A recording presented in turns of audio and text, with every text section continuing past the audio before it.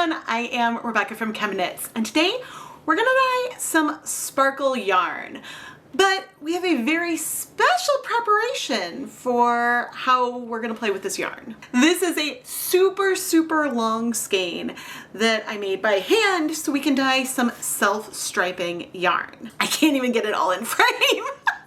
My plan today is not only to dye self-striping yarn, but I have a little bit of a plan of how I want to do this. So this yarn is Knit Pick Stroll fingering weight yarn. It is 70% superwash merino wool, 25% nylon, 5% silver stellina. And it does not come as a super long hank. I made that myself using my PVC pipe Nitty Knotty. Here I have all of the components that I used to make the Nitty Knotty as big as it is. It has a 4-foot bar in the middle, so that way in theory we're making a skein with 16 feet of circumference. Now because of tension there is going to be a little bit of shrinkage from what the big size could be, but you know, here I am sort of winding the yarn onto it, and I haven't edited it yet. I did film a short of me winding some ribbon onto a smaller Nitty Knotty, just so that way you can see a little bit better how you're able to wind the yarn onto this.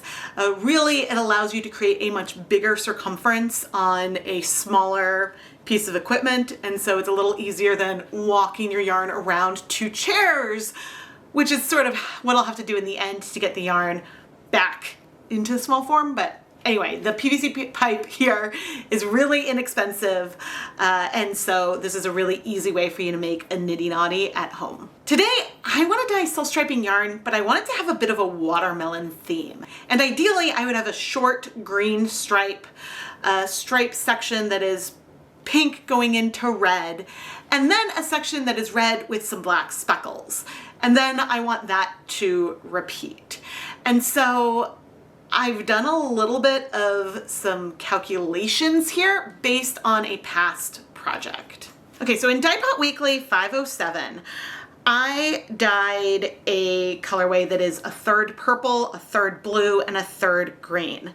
But the blue sections, because there were 2 blue stripes, were half the size of the other ones.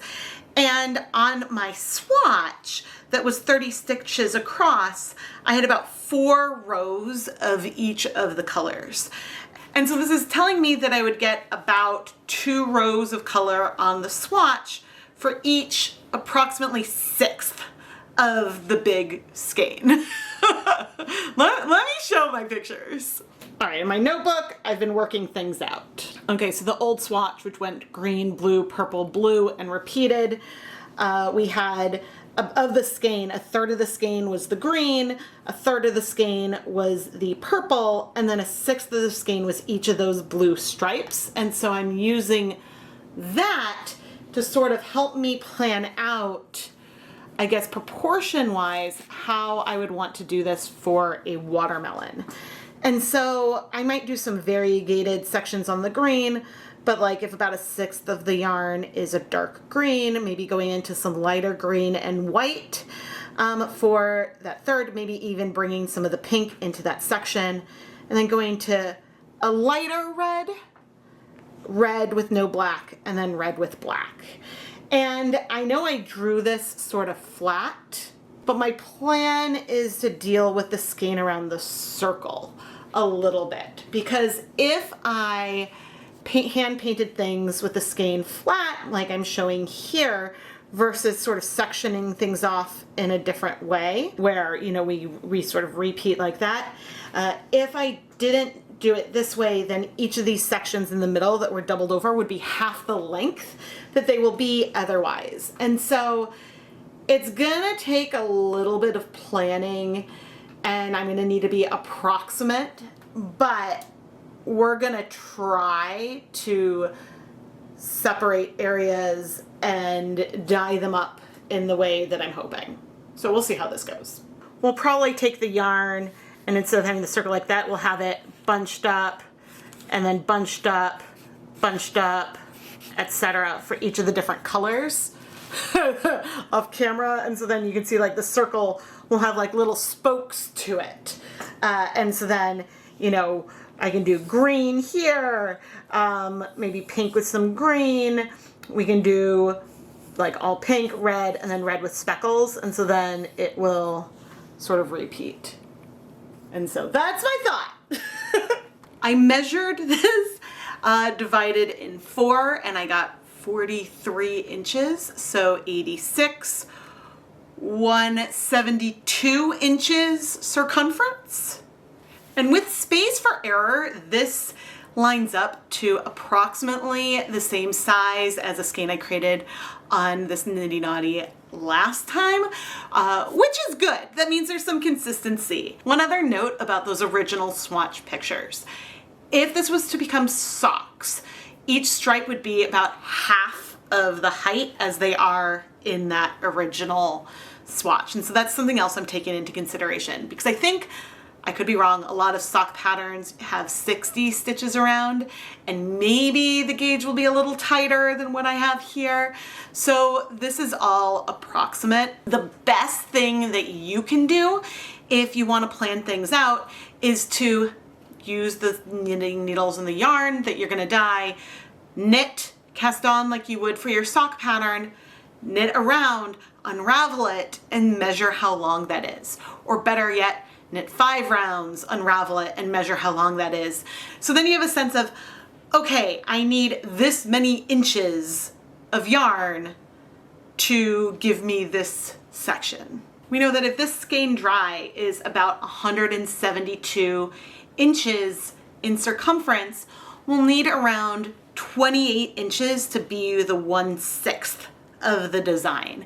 And so we can use that length to help us approximately measure out the different sections we want to dye our watermelon colorway. Cross your fingers for me. I will be swatching this in the end, I promise. I am going to pre-soak our super long skein overnight. This is a yarn that is more absorbent than some other yarns that I sometimes dye, so we maybe don't need quite as long of a pre-soak. But I'm putting enough planning into this colorway so I can get the stripes the way I want that it's worthwhile to just have a longer pre-soak. This way I'm ready to hit the ground running tomorrow. We have our pre-soaked super long hank, and I'm going to squeeze out almost all the water. We're going to be doing some hand painting on the countertop. And if we need to add more water back into this, we can. Oh, there's no acid in it yet. Okay, let's add like about 2 tablespoons of white vinegar into this water and get that all up in this yarn. Now we have acid in here. So then when I add dyes, they will stick. And we can always add, again, more water and more acid onto the yarn. But now I'm going to quickly divide this into thirds before we divide it up more for the different sections. I know I measured the skein while it's dry, and things can stretch a little more while it's wet. But I would say right here we have 6 sections that are each about 32 inches long. And we have 6 sections because even though this is divided in thirds, it's really divided into 6. And so what I want to start doing is create some sections, and I'm going to remove these zip ties eventually, but this is just to help me sort of keep track of placement. So for example, this section that is 1/3 of the entire design, that is going to be the meat of our watermelon. That's going to be the red and black section. Okay, and now I'm going to take this middle area and set that aside. So we have the red and black. We have our black with no red. And these zip ties will come off once we start dyeing it. I just want to know. Oh yeah, no, this is the way I want to do it. Okay, we've got our black with no red. Then we have over here, or sorry, black with no red, or red with no black. There. So then we have our pink section. And now all this area here is going to be for green and white. And I think of this, how do I want to do it? Okay, so half of this section right here is going to be the like predominantly green area. And then this section, I need a zip tie. And then this section, I think I'm going to do a combination of like green and white, but maybe we'll extend the like light pink. We'll see how it goes here. But we've got our sections sort of arranged like this in a 5-point starfish, with the biggest one being our watermelon. And so the big thing here is that this is a continuous circle, right? Versus dividing it lengthwise like I have it drawn here on my sketch. And so what we know, and even if there's shrinkage about the different sections, is that this should help us get the colors we want. And now we can dye each section individually. At least that's what we're gonna try to do. Let me show you the colors that I've pulled. Back in 2021 for a ChemKnits dye-along, I dyed a watermelon mini skein set colorway. And I used some different colors there than what I'm using here. But I think that it'll still be pretty good, and I can go grab other colors if I need to. I did swatch colors last time that helped my choices. But today, we're gonna use Dharma acid dyes in forest green, sour apple, true black, cherry bomb, and flamingo pink. And I think that I want to do painting with the dry dye powder onto the yarn, using my fingertips to sort of smear the dyes on. We'll see how this goes, but that's the way I want to do it. And so I'm pretty excited, and let's go put on my deluxe rubber respirator mask, safety glasses, and gloves, so that way we can work with dry dye powders. The other thing that I'll be using is plastic wrap today to keep the various sections separate as we're dyeing them.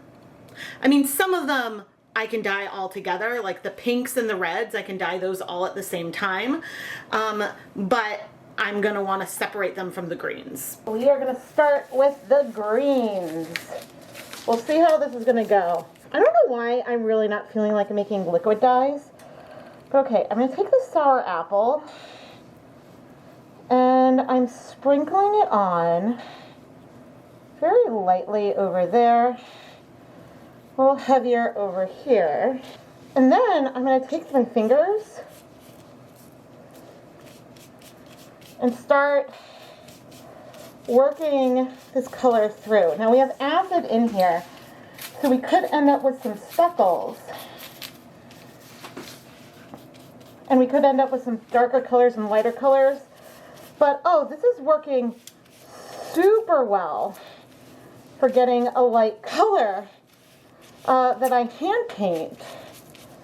Oh, that's cool. All right, now I'm gonna wipe what's left of my fingers onto the yarn mop, dry my gloves. I probably should have flipped the yarn over, but I didn't.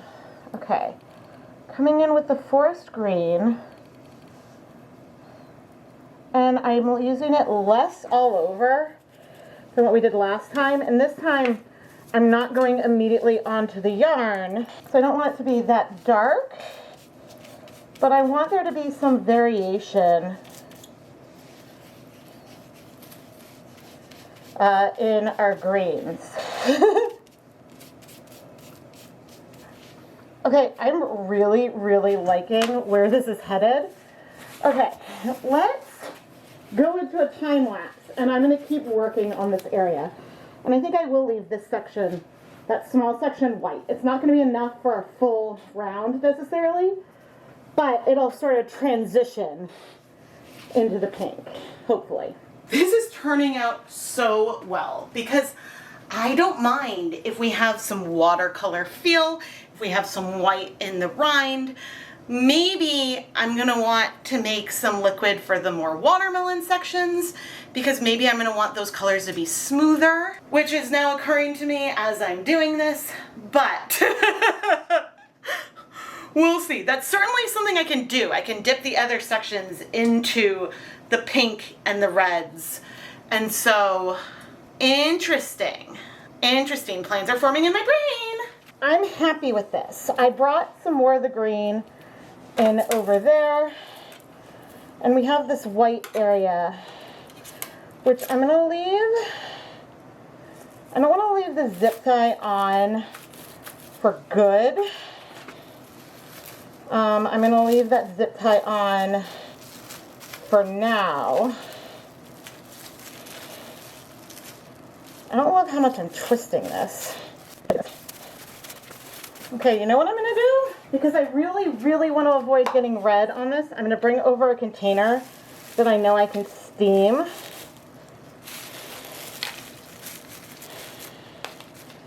And pop it in like that.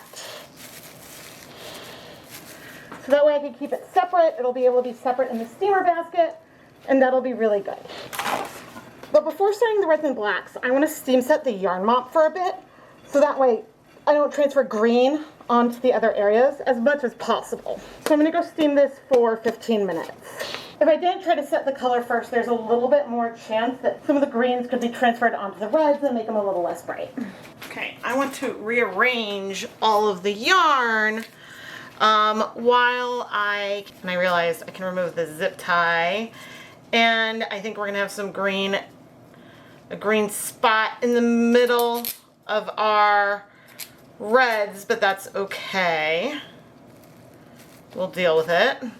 Actually, that'll mark, and I can cover that with black. I was like, I can use that to mark where things are. Now, I debated changing course with regards to these next colors. And I'm gonna get plastic wrap to put under each of the different sections. But I debated going ahead and making some liquid dyes and immersion dyeing this section, so that way I could have things be a little bit more solid, a little bit less pixely. But I think I like the idea of this colorway being pixely anyway. So I think I'm gonna stay the course. I'm letting the yarn mop cool, so that way I can touch it. I just want it to be, it could be warm. I just want it to be less, I don't know if you can see the steam rising off of it. I need it to be less steamy. And so I'm gonna put plastic wrap under each of these sections and then go put on my respirator mask with safety glasses and gloves so we can start dyeing them. All right, let's start with our pink. And I think it's gonna be okay if we have some pink and white sort of like going up into there. Just to blend things. Let's see how we're doing. Because we can also bring, oh, that's nice. We can bring some reds in. The thing with like a pre-mixed pastel is that I'm going to need to use more pigment to really get it to pop a little bit. But I like the hue of that pink. And I'll probably mix some of the pink in with some of the reds in this area just to blend it where we don't have any black. But I'm bringing in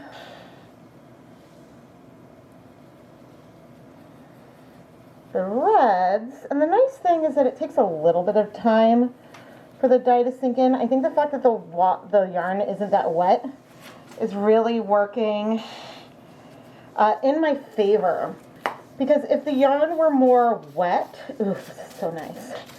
If the yarn were more wet, then we would get speckles that would probably strike a little bit more already. Okay, I'm going to be able to go a little bit heavier with this red as well, but you could see how blending this in with the pink, that the light version of this red color kind of works with the pink. And I can even bring a little bit of some of those red tones down to give us some more pinks.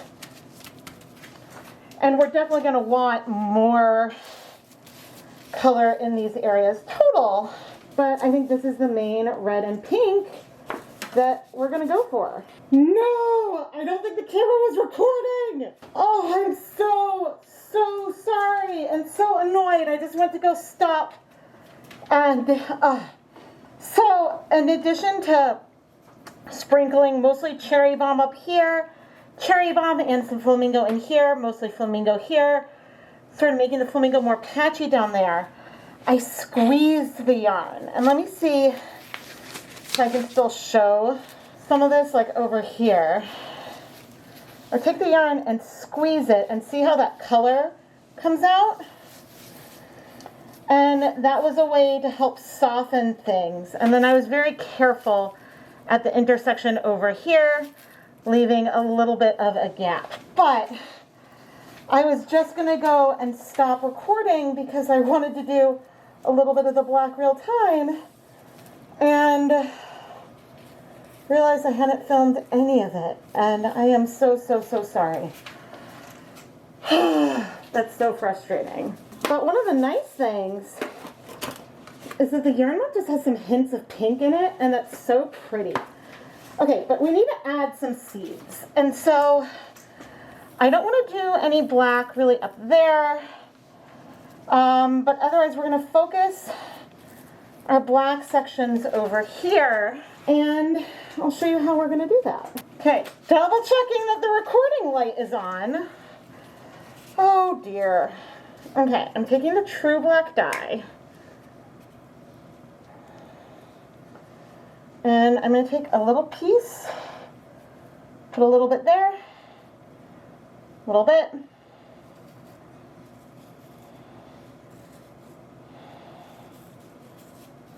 I don't really want the spacing to be that regular. Okay, let's start with that much. And I'm about to add black to my pretty yarn mop. Maybe I won't put any black on it. And we'll let some of that go. But now I'm coming in.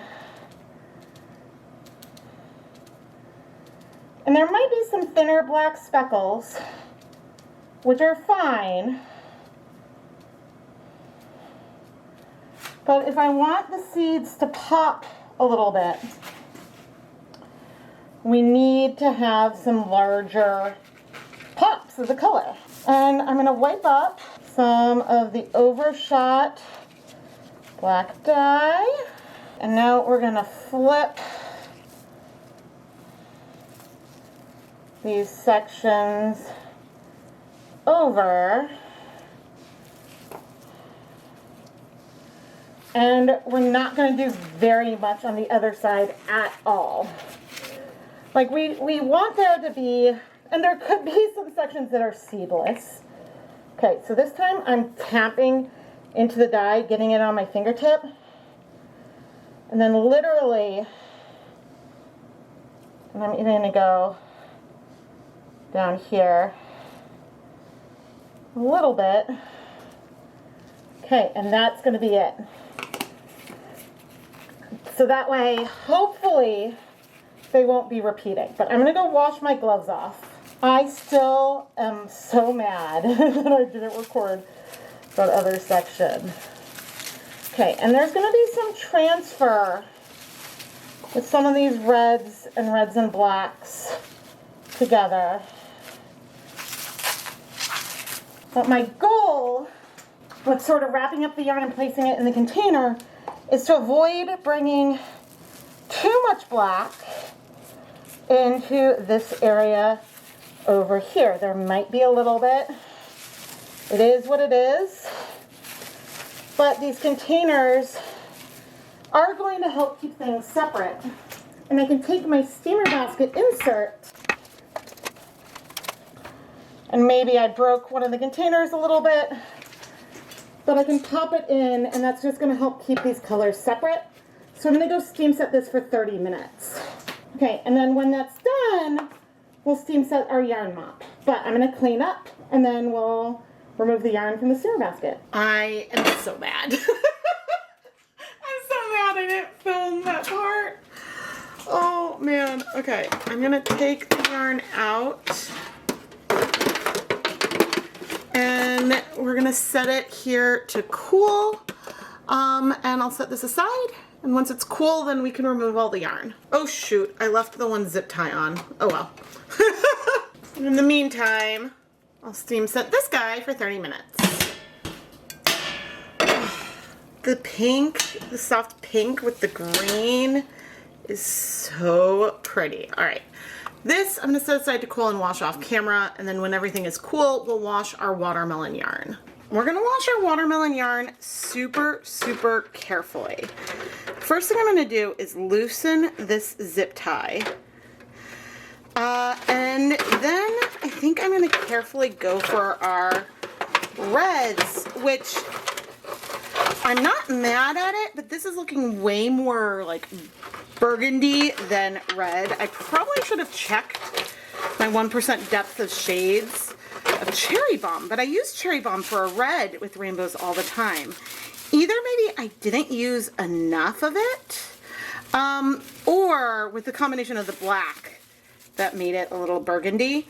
I'm again not mad at it, but I think watermelon would be a little bit more yellow than purple. And so at this point, one thing you could do, if you really wanted to, which I'm not going to do, one thing we could do if we wanted to shift the color is actually go and get a little bit of yellow and dip all of this in. We'd have to be careful to not shift the pinks orange, but I think that so so good. Now, you may notice that I'm adding the reds into our rinse back first, but I am not seeing any color bleeding, which is great. The concern is not that the dyes didn't strike to the yarn. The concern is more that there would be some unbound dye on the plastic wrap, and that could stain the yarn in a spot where I don't want that to happen. Now, the only other reason why I'm not mad at this being a little bit more berry watermelon than traditional is that the yarn doesn't read Christmas, and so I'm happy about that. So one thing I'm doing right here is I am taking this super long skein and looping it around itself multiple times. And then I'm gonna put the zip tie back on. This way I can wash it and we've got less risk of tangling it. And I'm gonna add a little bit of some dish soap.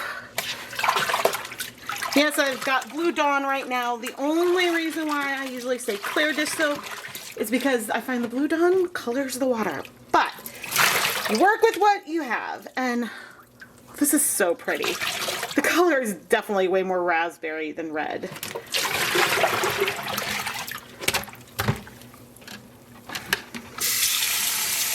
But you know, this is why sometimes I swatch colors, and I glanced at my swatch card, but I didn't look at it closely.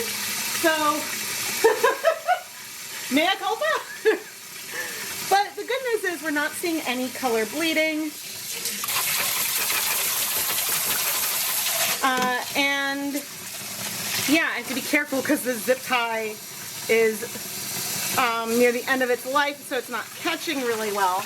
But from here, what I'm going to do is go put this yarn through my spin dryer to remove the rest of the liquid. And then I am going to hang it up to dry, to finish drying, so we can look at the yarn and then finally swatch it and see how we did. Cross your fingers for me. Here's a little preview of what our striping pattern is going to look like, and I am so excited. Oh my gosh.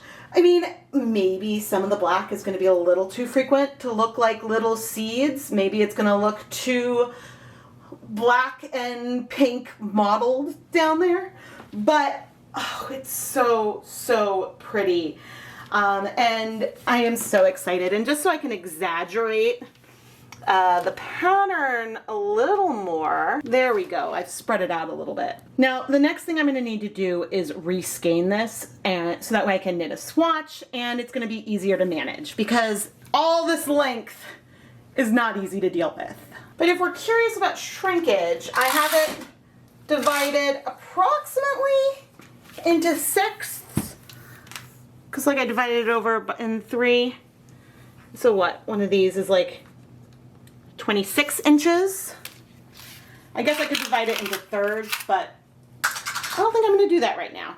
Oh, you know what I'll do? This will be off camera. Okay, I got about 90 inches, which, wait, so that's bigger? Because it was 172 before, so maybe I got 180. This just shows that there's a lot of variability in measuring things. So maybe not that much shrinkage, or maybe I did math wrong before. Oh dear. But the last thing before rescanning, here is our beautiful yarn mop. She is so soft. The pinks with that forest green are so, so pretty. I'll try to insert a picture of it twisted up just in case I don't film a video clip.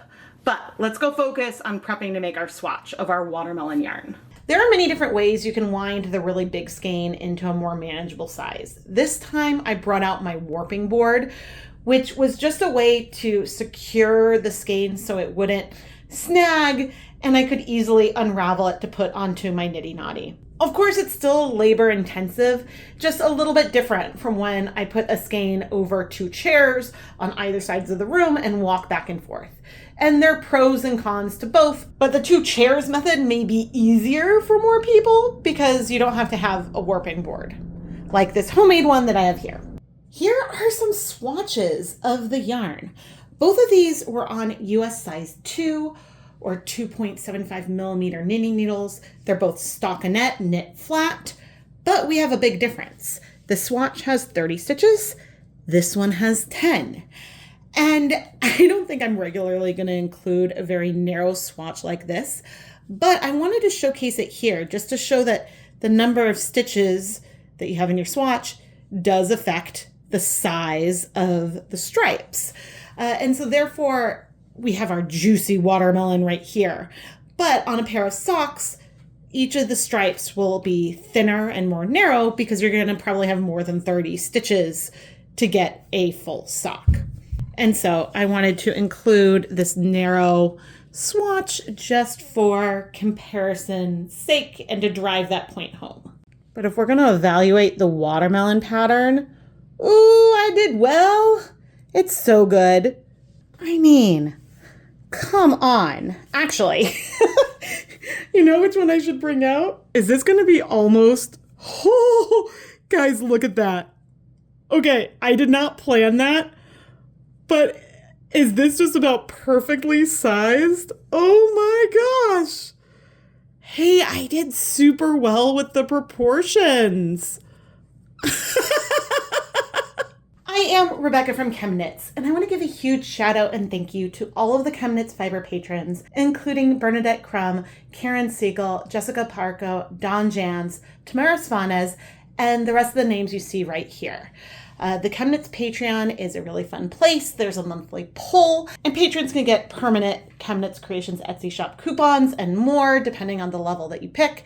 You can also follow me on Patreon for free, so you can see any public posts that I may share a couple times a year when I have announcements of big pre-order events. Yeah, and you should go check it out. You'll find the link down in the video description. And patrons, thank you so much for your support. And now, as I go ahead and start unraveling these swatches, I have to say, please subscribe and turn on your notifications so you never miss a new video. I post at least twice a week, and then we also have short form content, which sometimes gives extra behind the scene things and more, so you should subscribe and turn on notifications. That's the biggest way you can help support the content here. And the very last thing I'll add, self-striping yarn is a lot of work. There's a lot of labor that goes into these videos, whether it's making the skein, reskeining the skein, and for all, I am so proud of what I've created here. In the first 2 months of 2025, I've now done 2 self-striping videos that I've worked up, and so I'm gonna need to probably take a little bit of a break before I do more. Even though I'm so thrilled with how it turned out and I loved creating it, they're just a lot of work. Don't get me wrong, it's totally worth it. This yarn is amazing, but it's a lot of work and I want to be honest about that. But anyway, thank you so much for watching. Ryder, what do you see on the yarn? The Looks kind of like watermelon. Yes! What? Because I wanted it to look like watermelon. What's your favorite part? Well, the seeds look really good, and so is that part. Yeah, you like it? Yeah. Thank you.